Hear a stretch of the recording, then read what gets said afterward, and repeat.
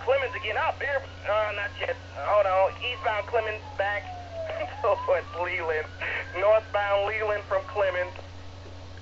Northbound Leland from Clemens at 2236.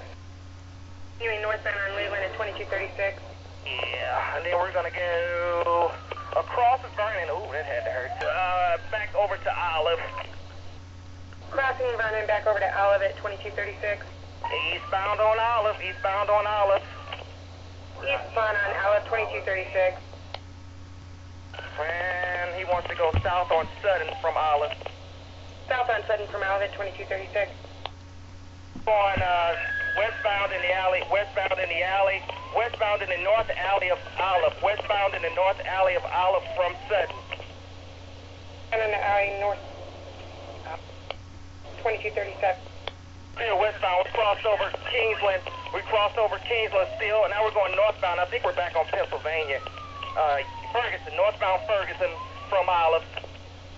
Northbound Ferguson from Olive at 2237. And we'll be going eastbound from eastbound Edsel from Ferguson. Found Ensel from Ferguson, 2238. 219. 219. I'm disengaged and I'm by myself and it's occupied 5 times.